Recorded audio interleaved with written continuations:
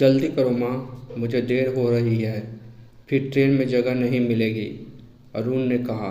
माँ बोली, तेरी गाड़ी तो 12 बजे की है, अभी तो 7 भी नहीं बजे हैं। माँ, तुम समझती क्यों नहीं हो? मैं यार्ड में ही जाकर डब्बे में बैठ जाऊँगा। प्लेटफार्म पर सभी जनरल डब्बे बिल्कुल भरे हुए ही आते हैं, अरुण बोला।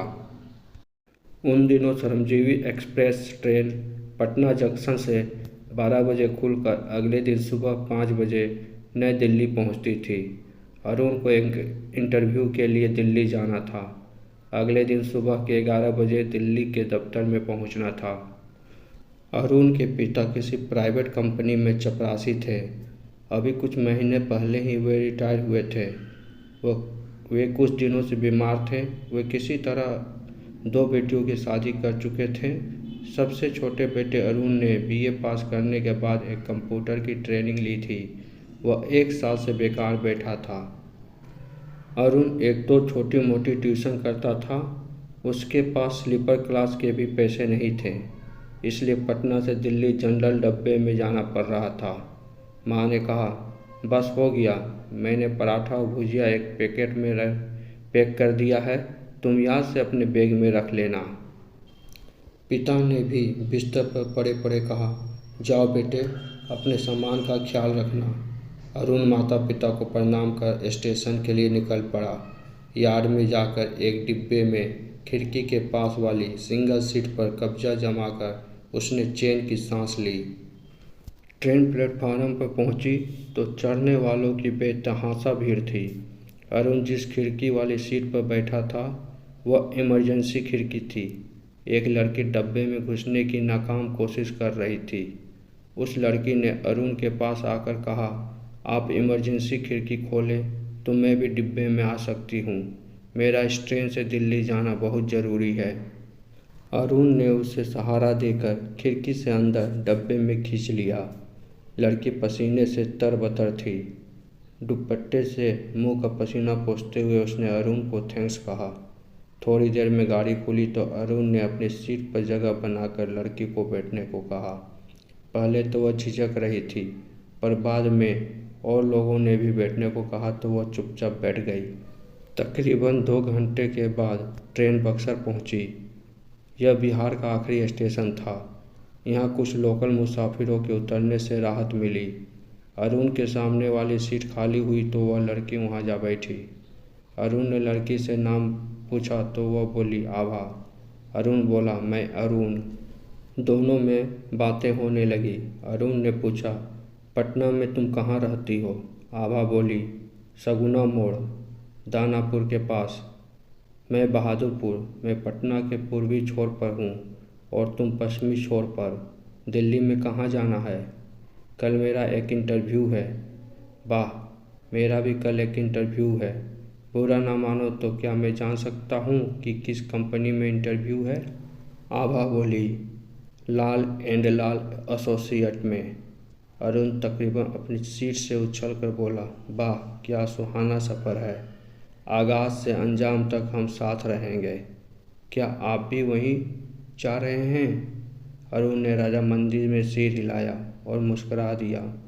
रात भर दोनों अपनी अपनी सीट पर बैठे बैठे सोते जागते रहे थे। ट्रेन तकरीबन 1 घंटा लेट हो गई थी। इसके बावजूद काफ़ी देर से गाज़ियाबाद स्टेशन पर खड़ी थी। सुबह के 7 बज चुके थे। अरुण नीचे उतरकर लेट होने की वजह पता लगाने गया। अरुण अपनी सीट पर बैठते हुए बोला, गाज़ियाबाद और दिल्ली के बीच में एक गाड़ी पटरी से उतर गई है। आगे काफ़ी ट्रेन फंसी है। ट्रेन के दिल्ली पहुंचने में काफ़ी समय लग सकता है। यह सुनकर आभा काफ़ी घबरा गई। अरुण ने उसे शांत करते हुए कहा, डोंट वरी, हम दोनों यहीं उतर जाते हैं। यहीं फ्रेश होकर कुछ चाय नाश्ता कर लेते हैं, फिर यहाँ से ऑटो रिक्शा लेकर सीधे कर्नाट प्लेस 1 घंटे के अंदर पहुँच जाएंगे। दोनों ने गाज़ियाबाद स्टेशन पर ही चाय नाश्ता किया। फिर ऑटो रिक्शा से दोनों कंपनी पहुँचे। दोनों ने अलग अलग इंटरव्यू दिए। इसके बाद कंपनी के मालिक मोहनलाल ने दोनों को एक साथ बुलाया।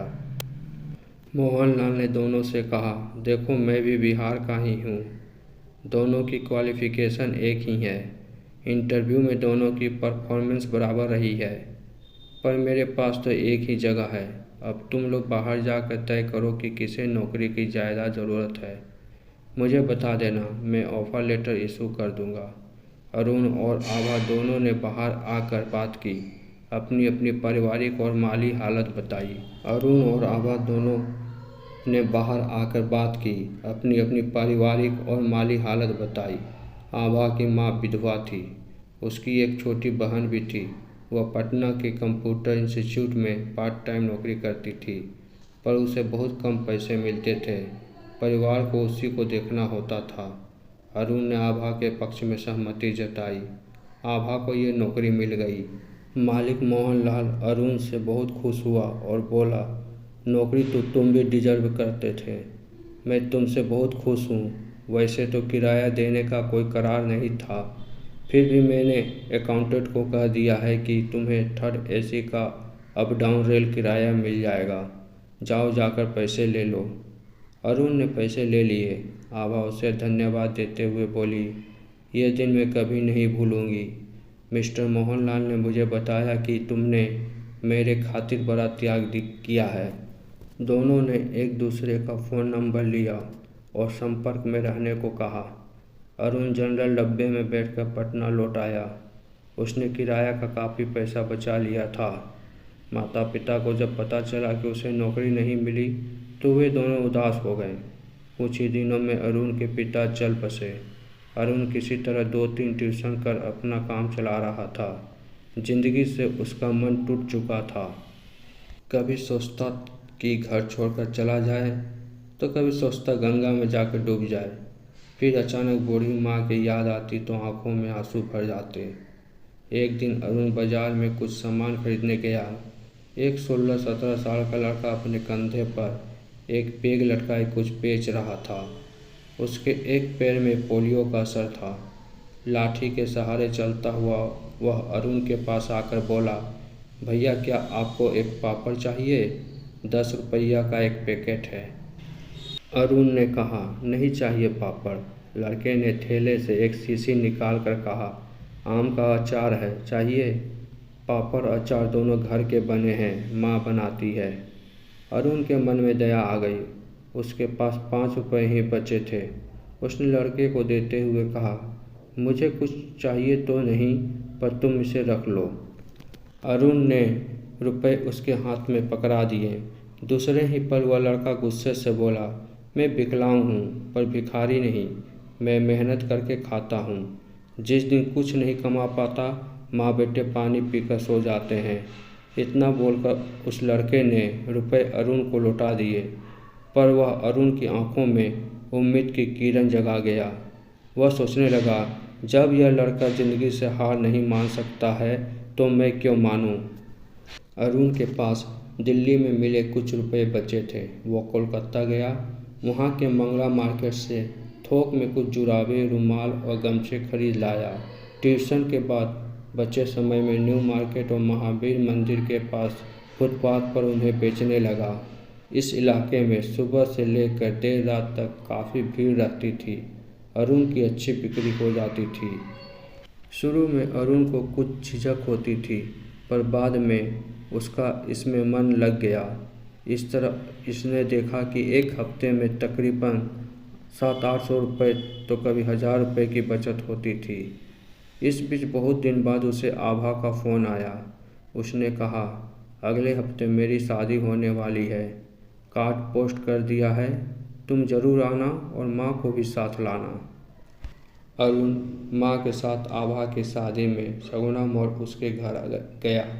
आभा ने अपनी माँ, बहन और पति से उन्हें मिलवाया और कहा, मैं ज़िंदगी भर अरुण की कर्जदार रहूँगी। मुझे नौकरी अरुण की वजह से ही मिली थी। शादी के बाद आभा दिल्ली चली गई। अरुण की दिनचर्या पहले जैसी हो गई। एक दिन आभा का फ़ोन आया। उसने कहा, मेरे पति गुड़गांव में एक गारमेंट फैक्ट्री में डिस्पैच सेक्शन में है। फैक्ट्री में मामूली डिफेक्टिव कपड़े सस्ते दामों में मिल जाते हैं। तुम चाहो तो उन्हें बेचकर अच्छा खासा मुनाफा कमा सकते हो। अरुण बोला, नेकी और पूछ पूछ, मैं गुड़गांव आ रहा हूँ। इधर अरुण उस पापड़ वाले लड़के का अस्थायी ग्राहक हो गया था। उसका नाम रामू था। हर हफ्ते एक पैकेट पापड़ और अचार की शीशी उससे लिया करता था। अब अरुण महीने 2 महीने में एक बार दिल्ली जाकर कपड़े लाता और उन्हें अच्छे दाम पर बेचता। धीरे धीरे अरुण का कारोबार बढ़ता गया।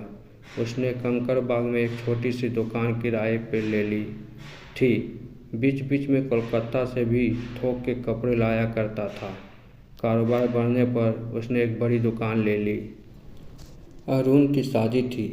उसने आभा को भी बुलाया, वह भी पति के साथ आई थी। अरुण ने उस पापड़ वाले लड़के को भी अपनी शादी में बुलाया था।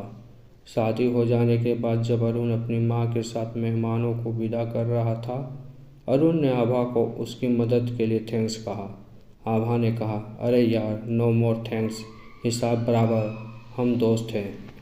फिर अरुण ने रामू को बुलाकर सबसे परिचय कराते हुए कहा, आज मैं जो कुछ भी हूँ इस लड़के की वजह से हूँ। मैं तो ज़िंदगी से निराश हो चुका था। मेरे अंदर जीने की इच्छा को इस स्वाभिमानी मेहनती रामू ने जगाया। तब अरुण रामू से कहा, मुझे अपनी दुकान में एक सेल्समैन की ज़रूरत है, क्या तुम मेरी मदद करोगे? रामू ने हामी भरकर सिर झुकाकर अरुण को नमस्कार किया। अरुण बोला, अब तुम्हें घूम घूम कर सामान बेचने की ज़रूरत नहीं है। मैंने यहाँ के विधायक को अर्जी दी है तुम्हें अपने फंड से एक तिपहिया रिक्शा देने की। तुम उसे आसानी से चला सकते हो और आ जा सकते हो। अरुण, आभा, रामू और बाकी सभी की आंखें खुशी से नम थी। तीनों एक दूसरे के मददगार जो बने थे। दोस्तों, अगर कहानी पसंद आई हो तो कमेंट बॉक्स में कमेंट कर ज़रूर बताएं और चैनल को लाइक, शेयर और सब्सक्राइब ज़रूर करें।